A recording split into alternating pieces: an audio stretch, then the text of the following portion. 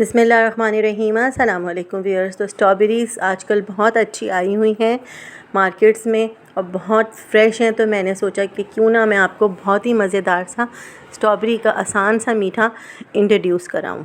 ये इतना मज़ेदार मीठा क्रीमी क्रीमी सा ये स्ट्रॉबेरी का मीठा रेडी होता है कि आप मैकडॉनल्ड की संडे स्ट्रॉबेरी आइसक्रीम को भूल जाएंगे। तो व्यूअर्स, अगर आप चाहते हैं कि बेस्ट रिज़ल्ट्स आएँ तो शुरू से आखिर तक मेरी ये रेसिपी देखें। चलिए रेसिपी की तरफ चलते हैं। तो व्यूअर्स, यहाँ मैंने लिया है कस्टर्ड पाउडर। किसी भी फ्लेवर का आप कस्टर्ड पाउडर ले लें, 3 सर्विंग स्पून। और आधा किलो मैंने दही लिया है। दही गाढ़ा होना चाहिए। अगर दही पतला है आपके पास तो आप नेस्ले का दही यूज़ कर लें। दही आप देख रहे होंगे कि कितना गाढ़ा दही है, क्योंकि ये मैंने आधे घंटे से फ्रिज में रखा हुआ था। और अब मैं कस्टर्ड पाउडर को घोलूँगी दूध के अंदर। थोड़ा सा मैं दूध डालूँगी और अच्छे से आपको कस्टर्ड को और दूध को मिक्स करना है, और इतने अच्छे से मिक्स करना है कि कोई लम्स ना रहे।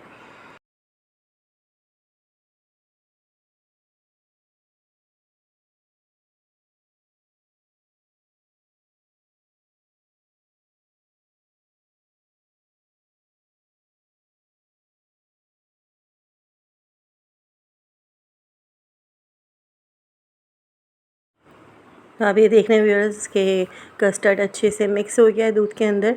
और अब मैं दही बनाऊंगी। दही के अंदर मैं चीनी के 5 चाय के चमचे डालूंगी, क्योंकि व्यूअर्स आप दही चाहे कितना भी ताज़ा ले लें, दही जो है हमेशा खट्टा ही होता है। ख़ास तौर पे वो दही जो कूंडे का होता है। ये मैंने कूंडे का दही लिया है। मैं कूंडे का दही ही यूज़ करती हूँ। अगर आप पैकेट का दूध लें नेस्ले का, तो आप जो है चीनी कम डालें। और यहाँ देखें, मैंने आधा किलो दूध पतीली में निकाल के रख दिया था मीडियम आंच पर। इसमें भी मैं 5 से 6 चमचे चाय के चमचे डालूँगी चीनी के। व्यूअर्स, हमें 3 जगह पे चीनी डालनी है, इसलिए थोड़ा सा हमें ध्यान रखना होगा कि हमें नाप से कितनी चीनी डालनी है। अगर आप ज़्यादा मीठा पसंद करते हैं तो आप चीनी की क्वांटिटी ज़्यादा ले सकते हैं। तो जी, अच्छे से मैंने चीनी मिक्स कर ली है उबलते हुए दूध में। दूध को बहुत अच्छे से आप पका लें। तो ये देखें, दूध इतने अच्छे से खौल रहा है, क्योंकि ये पैकेट का दूध है, इसलिए मैं इसको ज़्यादा नहीं पका रही। ये वैसे भी गाढ़ा होता है। अब आप जल्दी से कस्टर्ड डाल दें जो कि हमने फेंटा था। तो व्यूअर्स, बहुत अच्छे से स्पैचुला की मदद से आप कस्टर्ड को मिक्स करें और हल्की आंच कर दें। बिल्कुल हल्की आंच पर आप कस्टर्ड को पकाएं और इतने अच्छे से कस्टर्ड को फेंटें कि कोई गुठली ना रहे, कोई लम्स ना रहे अंदर। और आप ये देखें कितना स्मूथ सा टेक्सचर रेडी हो गया है इसका।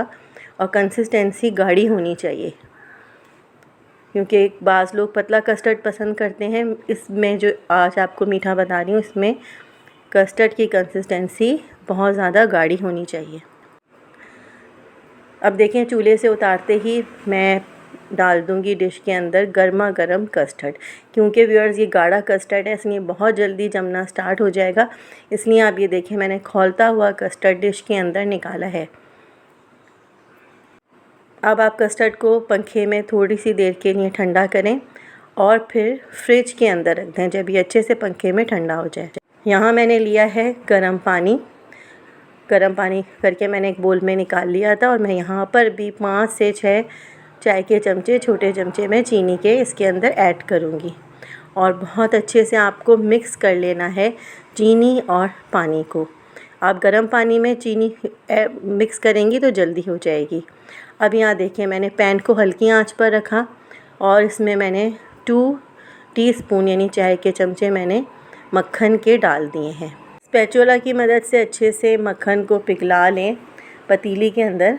तो ये देखें, मक्खन अच्छे से पिघल गया है, जो कि हमने 2 चाय के चम्मच मक्खन के लिए थे। जब मक्खन पिघल जाए तो आप चीनी और पानी को इसके अंदर डाल दें और आंच अब आप फुल कर दें, तेज़ कर दें, ताकि ये खूब अच्छे से पकना स्टार्ट हो जाए।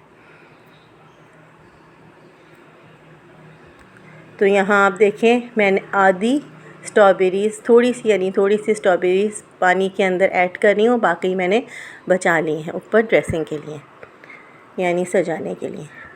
अब ये देखें, मैंने हल्की आंच कर दी है और हल्की आंच करके कवर करके पैन को 5 से 10 मिनट के लिए रखा। यहाँ आप दही को अच्छे से फेंट लें। दही मैंने थोड़ी सी देर के लिए फ्रीज़र पे रख दिया था, तो ये देखें और भी गाढ़ा हो गया। और देखें, कस्टर्ड जमकर कितना अच्छे से गाढ़ा हो गया है कि हम आसानी से दही की लेयर इसके ऊपर लगा रहे हैं। तो व्यूअर्स ये बहुत ही मज़ेदार, मैं फिर से बता दूं आपको, मीठा बनता है। तो ये देखें, अब इसको दोबारा से आप फ्रीज़र के अंदर रख दें। इधर ये देखें खूब अच्छे से स्ट्रॉबेरी और पानी अच्छे से पकना शुरू हो गए और स्ट्रॉबेरी कितने अच्छे से गल गई है। जो स्ट्रॉबेरी नहीं गली वो आप स्पैचुला या चमचे की मदद से दबा दबा के पानी के अंदर शामिल करें। और अब आप तेज़ आंच कर लें, हमने हल्की आंच की थी, अब आप तेज़ आंच कर लें और तेज़ आंच पर आप इस अमेज़े को पकाएं। लगातार आप चमचा चलाते रहें, बिल्कुल पतीली को ना छोड़ें वरना अमेज़ा जल सकता है। स्पैचुला यूज़ करें या लकड़ी का चमचा, इससे ये होगा कि आप अमेज़ा चिपकेगा नहीं चमचे के ऊपर। अब ये देखें मैंने हल्की आंच कर दी है बिल्कुल। तो अब आप इसकी कंसिस्टेंसी देखें कि कितनी अच्छी सी गाढ़ी हो गई। आप चमचा चला के देखेंगे तो आपको ख़ुद ही हाथ को अंदाज़ा हो जाएगा कि आपको कितनी गाढ़ी ये जेली यानी अमेज़ा जो हमने बनाया है स्ट्रॉबेरी का वो रखना है। तो ऑलमोस्ट ये बिल्कुल परफेक्ट है, क्योंकि ठंडा होने के बाद ये और गाढ़ा हो जाएगा। जब अमेज़ा ठंडा होता है तो और भी ज़्यादा इसकी कंसिस्टेंसी गाढ़ी हो जाती है। तो ये देखें अभी तक चूल्हे पर ही पतीली है कि मैं इसके अंदर ये सारी की सारी स्ट्रॉबेरीज़ डाल दूँगी जो कि मैंने काट के रखी हुई थी।